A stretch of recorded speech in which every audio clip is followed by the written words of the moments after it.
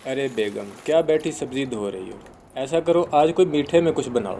जी मियाँ जी, बस उनका हुक्म मिला तो मैं भी बैठ गई मीठा बनाने। अल्लाह पाक फरमा बरदार बीवियां सबको दे, क्योंकि घर में सुकून जो है वो होता ही बीवी की फरमा बरदारी से है। तो आज मैं मियाँ जी के लिए बनाने लगी हूँ कस्टर्ड। तो मैंने कहा चले वीडियो भी बना लेती हूँ और आप लोगों से भी शेयर कर लेती हूँ। जब हम लोग छोटे होते थे तो हमें जहाँ तक याद आता है कि हमारी वालदा भी जो है ना मीठे का बहुत एहतमाम करती होती थी, क्योंकि मेरे वालिद साहब को मीठा बहुत पसंद था। मेरे अब्बू मीठा बहुत शौक़ से खाते होते थे और मेरी अम्मी की भी कोशिश होती थी कि खाने के बाद कुछ ना कुछ मीठा बनाया जाए।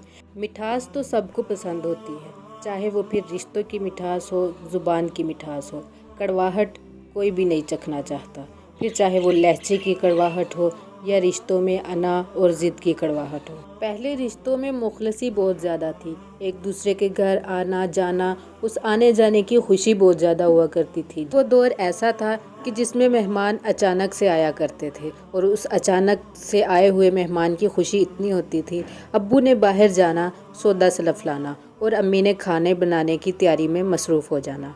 फिर क्या, फिर बस हम लोग बड़े होते गए और समझदार हो गए और रिश्तों को दूर कहीं फेंक के आगे बढ़ गए। आगे थे बैंगन, बच्चों को ना हस्बैंड स्कूल से लेने गए थे तो फिर तभी मैंने मंगवा लिए थे सब्ज़ी वगैरह, मैंने मंगवा ली थी बैंगन टमाटर जो कुछ मुझे चाहिए था।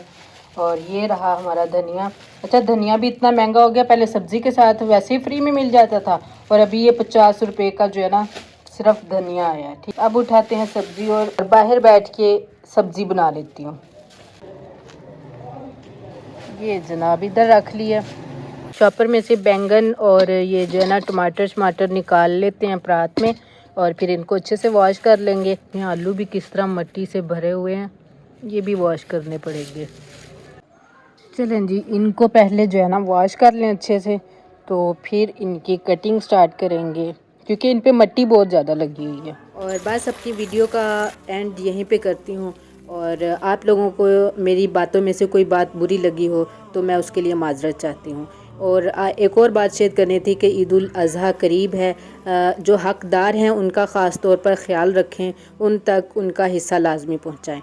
और ये एक छोटा सा विर्द है जो इन दिनों में बहुत अहमियत रखता है, वो है अल्लाहु अकबर ला इलाहा इल्लल्लाहु वल्लाहु अकबर अल्लाहु अकबर वलिल्लाहिल हम्द।